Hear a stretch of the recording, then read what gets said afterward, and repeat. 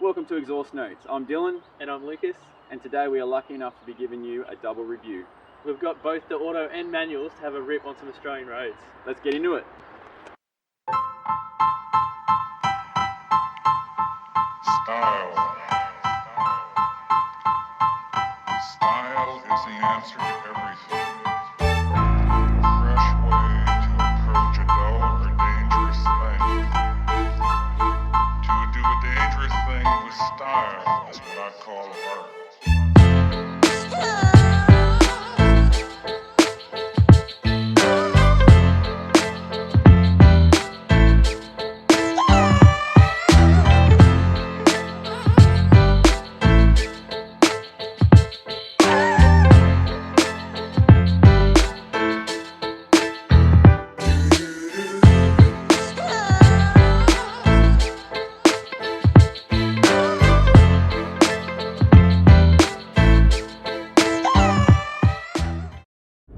First up, we've got the manual, which is a welcome sight for both of us, I think. What do you reckon? Yes, love being back in the manual. Makes me feel young again. How do you find it in terms of the feel? It's a bit of getting used to the pedal being on the floor. Yep. Instead of hung like the other pedals. On the throttle? On the throttle, yes. Yeah. When you take it off, it's like you've got to try and find where it is, but once you're there, it's quite torquey. And did you find the clutch uptake was a little bit high? Like it's like a long clutch pedal, isn't it? It is a long clutch pedal. Yeah. You got to really float your foot up to meet that friction point. And what about the gear shifter feel? I feel like it's very firm, but I like that. So it vibrates a little in your hand if you're holding it.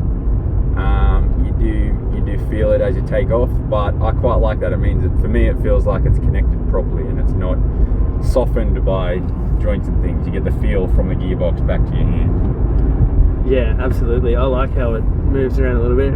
Makes you feel like more part of the car. The car's alive, which is what you want in a sports car like this. Definitely. And what do you think of the sports mode on the manual gearbox?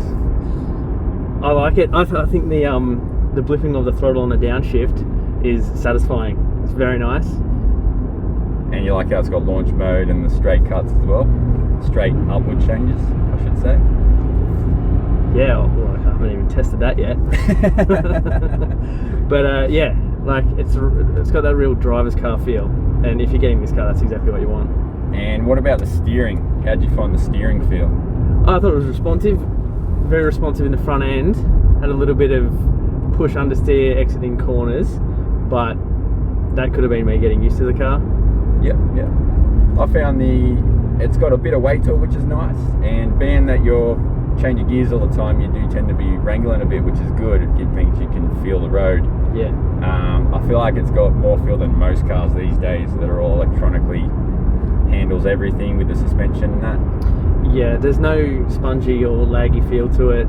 Like your steering input is received by the wheels very well. How did you find the suspension setup? I found it a rather nice, happy medium between aggressive, track-like driving and handling Aussie roads with all the potholes and everything around. Yeah, it feels real firm, but when you find an unavoidable pothole, it's not a big slam.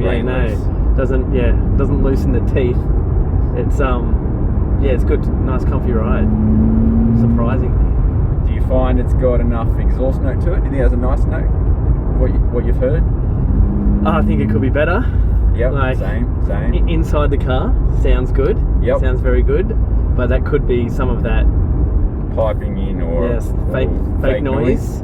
Hopefully it's the engine noise. It sounds reasonably realistic, especially when you've got the head unit on, the music, you can still kind of hear it. So hopefully it's just the pipe in from the engine. But yeah, outside it definitely needs to be louder. The likes of the Audis and BMWs, they all have a good note. Should be able to at least match that. Yes, absolutely. How do you feel about the dials? I honestly have kept it in sport mode the entire time because enhanced mode's cool and looks interesting, but for me the enhanced mode it's just a little bit too out there for me. I'm not a big fan. And standard looks good for standard driving. I would have liked it to have the GPS in the middle, like a lot of modern cars. Yep. I have seen a photo floating around on the internet where one of these did have it in the middle. I don't know if that's just an American only thing or what. Yeah, I feel like it's kind of basic, but basic's probably the wrong word. It's just the essentials, really. Yeah, it's just enough. Yeah. And for the price point, like everyone compares this to the Supra, which is at least 107 or more drive away, and you're looking at something in the 80s, and it does all the same nice drivability bits and pieces. Do you like the retro dials in the middle? Yeah. It's very race car spec, which is awesome. And I like how you can see it from the outside too. Yeah. Their presence is very much known. And nice easy takeoff. Yeah. The hill assist is nice on this. Definitely appreciate having that. I like the feel of the engine all the way from about 1500. You've got torque. It lumbers a lot like a V8 on the freeway, and I think you found that as well, where you can keep it in a high gear and do an overtake, and you don't have to drop down and get into the boost for it. Do you know what I mean? Yeah, that's right. You can stay in gear and it'll pull itself out of the hole to get up and overtake. You don't have to bump it down to gear and get that awkward shudder going, which sometimes you can get. And for me, that really relates this for me to a Mustang. It's the similar price. It drives like a GT car, like you can go long distances over any terrain, and it's got that lumbering big engine, or at least a lot of torque under the engine to give you that feel that you can just cruise along. So yeah, for me, it closely resembles a Mustang in terms of price point and drivability. It just doesn't have rear seats. Do you want rear seats? Do you want to see one with rear seats? Like a 2+2? Definitely not. I love that this is 2 seats. Me too. I think that I love the overall engine and transmission setup with the manual.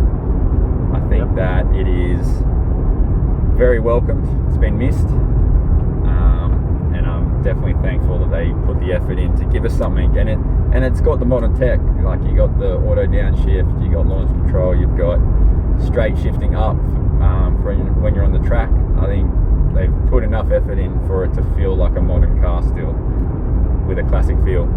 That's right. It is very much very inspired by the 240. That's it.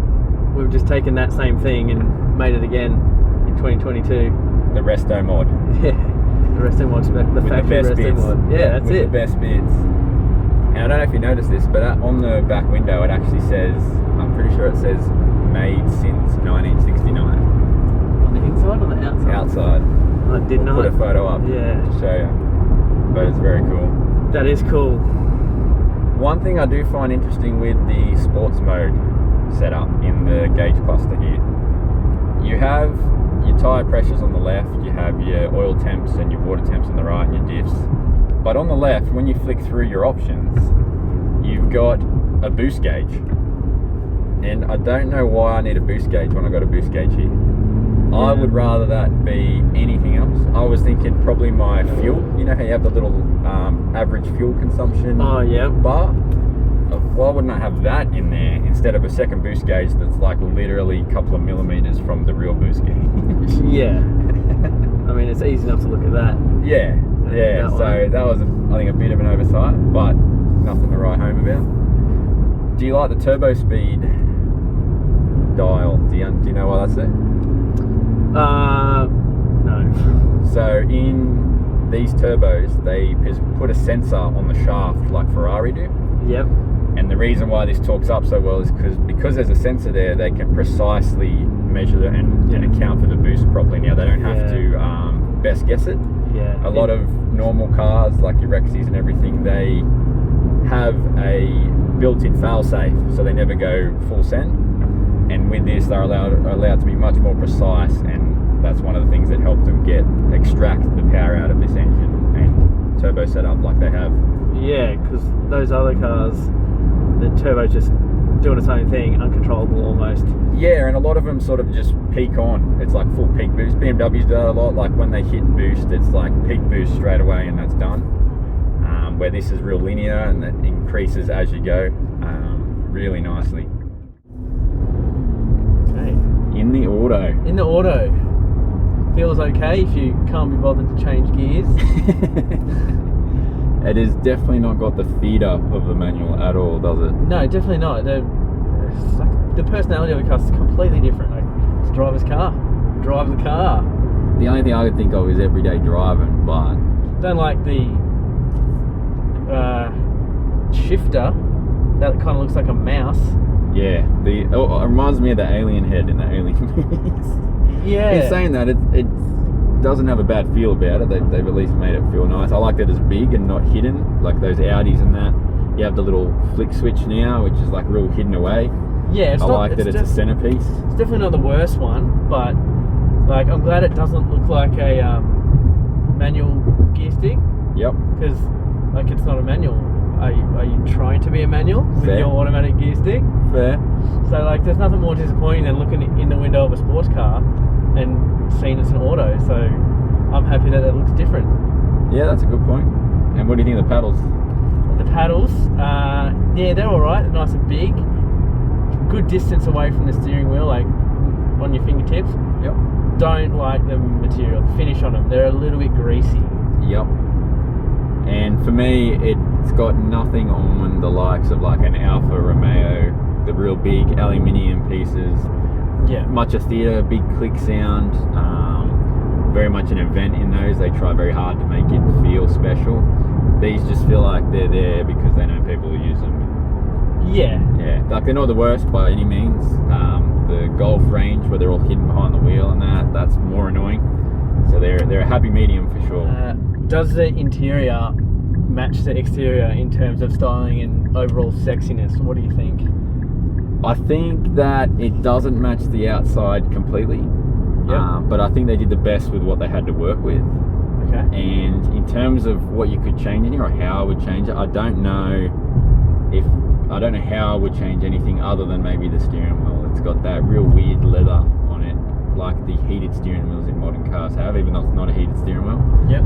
And it could probably be a little bit thicker in your hands, Yeah. something like that. There's just something about it. It's not annoying. It's good. It's definitely a good standard steering wheel or a bit above standard, but that's probably the only thing I could really harp on to make it a little bit better. Yeah, definitely. I understand what you're saying. Like, it doesn't have to be as squishy as the touch point on your elbow. Yes, which is awesome. Which, yeah, the softest I've probably felt. It's amazing. I wish the Navara had a soft touch point on the elbows like that. Yeah, it doesn't need to be that soft, but like a little bit softer. This just feels like there's nothing here. It's just the leather wrapped around, no cushioning. Like, give me something to grab onto. Yep. And in terms of interior colouring, do you like the red? I like the red way better than this one. Yeah, like, same. Again, get a sports car, but let's pick the most basic option. Yeah, this Why? is very, very boring with everything being black. Yeah. The Proto was nice with its yellow stitching and the yellow emphasis around the edge of the seat. That was alright, but the red really stands out, and this black is just everything disappears in it. That's it. It just looks just a bit more generic, which is a shame. But I understand what you're saying.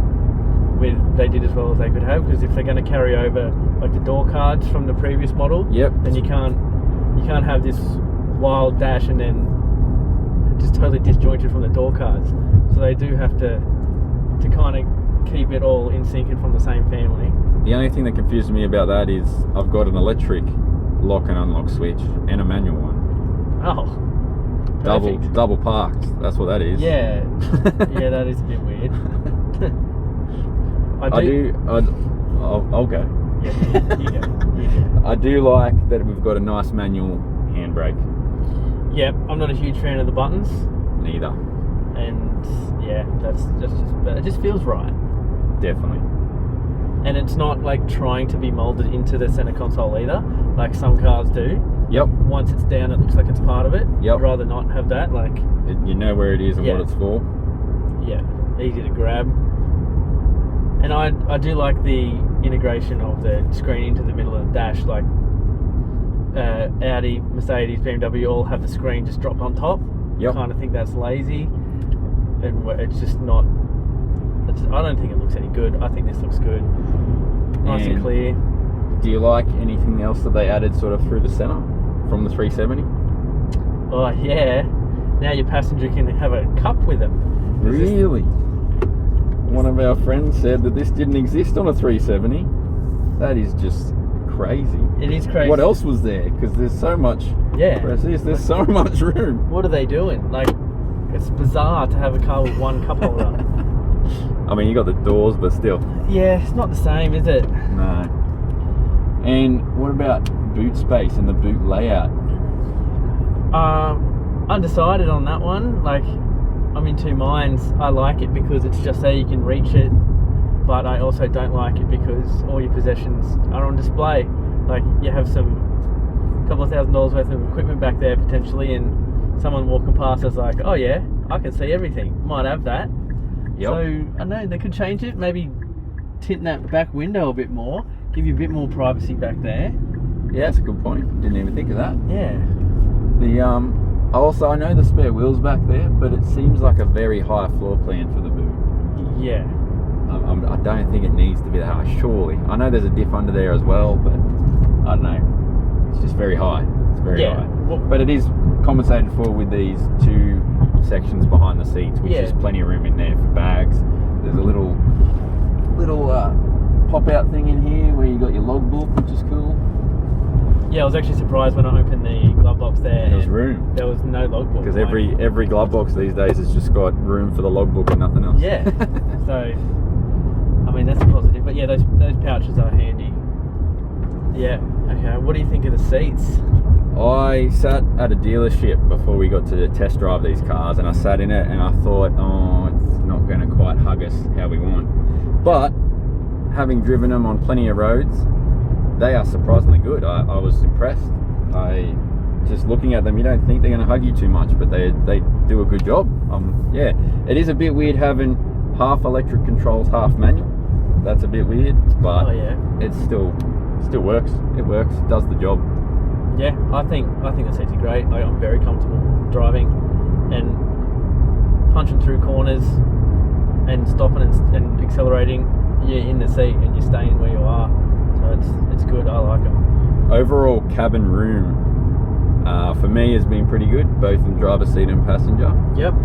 Our tall friends, however, we have one tall friend sitting here, and I think he's like, is he 6'4" or something like that? I'm 6 foot, and you probably wouldn't want to be any taller than me in this thing. I think he was about 6'4", and his head was touching the roof, and his knees were like he was doing the splits a little bit. Yeah. So definitely not built for the overly tall folks of us, but yes, most normal people will have a great time. I think it's fine, but it also not great for really tall, not great for really short either, because you do sit quite low in the car. Like the sills are up high. Yep. If you're going to be any lower, the top of the steering wheel is going to be in your way. Yep. So it's there's not a heap of adjustability in the seats either. So I don't know how a short person's going to go. Speaking of which, the blind spots. I think pretty good out the front. Yeah. If you're over your shoulders, you can't really see anything. Yeah, and like over there. And the rear vision view is not your average rear vision view. It's much smaller. Yeah, a bit of a so reverse parking, you're definitely looking here, there, and everywhere, trying to make sure. You do have the reverse camera, which is good actually. Definitely a good reverse camera on it. Yeah, reversing out of car parks, that is 100% in the way and you can't see anything. So you got to kind of move around and go slow and maybe hope they stop for you. Which they might, because they like the look of it. Yeah, they'll stop and enjoy the show. Definitely the most looked at car I've driven for a long time from the exterior. Yeah, and you hit a lot of demos with this, as you're saying. Yes, like, the there's people older than me that harp back to the 240 front and they just see it and it gives they're like, that car looks familiar. And then you have people our age who harp back to the 300 ZX rear end look, and they're like, I know that looks like I've seen that somewhere.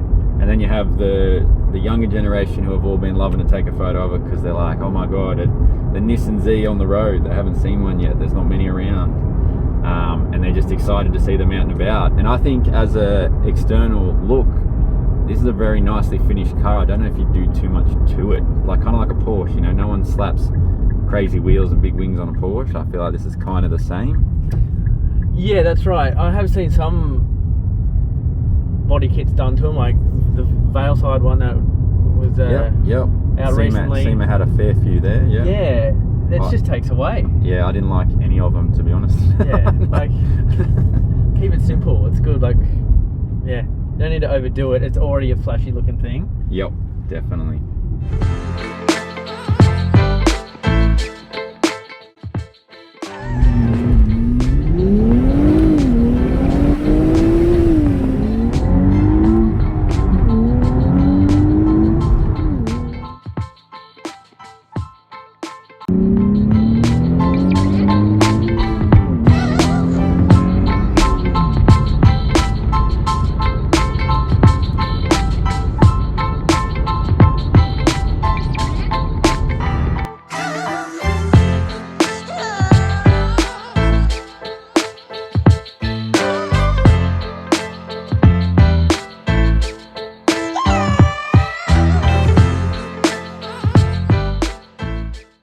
We both think this car's pretty good in and out, but is there anything you'd change?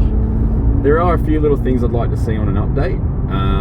First and foremost, the side mirrors don't fold in when you lock the car. I think that's a really simple one that could be added. I have seen some modules online that you can, if you buy one of these and you do want it, about $80, should be able to make it work, but it should come from factory like that. Secondly, I would like a charging bay and wireless Android Auto. I have found putting my phone down here and plugging it in, it's all just a little bit outdated. We could definitely have a charging bay with no cords in there these days, and this head unit could definitely match that. I think there's plenty of room down there. But in saying that, online I have found a little module you can plug into the USB port down here, which I hope would fit in the little compartment space there, where you could it does the wireless bit for you, but then having the wireless charging bay there would just be perfect. I think that's another easy one for them to update. But I hope they don't change the look of the car with any updates. I think it looks awesome as is. But one important one is the 370Z had a convertible. I would love to see them bring back the 300ZX like target top with either two side bits that pop out or a full section in the middle like a Corvette. I think this is well suited for that, and I also think it would egg on Toyota to do something similar like we've seen at SEMA a few years ago. Is there anything else that you'd add to that? Yeah, T-top would be great. Yeah, if I was Nissan, change things like you said. Like, other than that, they've done a pretty good job. Wouldn't touch body kits. Every body kit I've seen online makes it look worse. Agree with that, big time. Yeah, I mean, if I bought a car like this, the only thing I'd really do, maybe fix up that exhaust note. Yep. And yeah, that's pretty much it. And one other thing with that is too, a good point to make here is, with us talking about the price point of this being in the 80s, it matches very well to the Ford Mustang in terms of a sports car, even though the Mustang's got back seats. I think with them talking about a Nismo version, it makes perfect sense for me that that's going to be the one that's more likely to take on a Supra. So I think we should be excited to see what they come up with that, and hopefully it's not just some stick-on body parts. Exciting. Yeah, sweet. So the wrap up on the double Nissan Zs, ZZs. Which one would you pick? Got to go the manual all the way. Totally different cars. Yep, I agree with that. The character that comes with that manual is second to none in terms of these two. Yeah. It's pretty special in that regard. Definitely feels like there's a bit of something missing with the auto. Not that it's bad. The auto is really good. Drives real comfy in traffic. You got 9 gears. That's plenty. But Yeah, the manual's Yeah. just better. It- It's just better. if you're getting a sports car, take the auto off the menu. Yeah. You don't need it. Yeah, that's fair. So then, what colour and trim would you pick? The yellow. Yeah, The yellow yeah. stands out. Like, it's a nice shape. Show it off. Yep, fair. And interior, would you stick with black on that? Or would you put the red in there? Oh, That's yeah. a hard one. You have to go the red. Yep, fair. Because I think this is too Too bland. Too bland, yeah. Everything's black, pretty Yeah. much. I agree with that. I would definitely also go the red interior. I think my colour choice would be the Nardo grey with the red.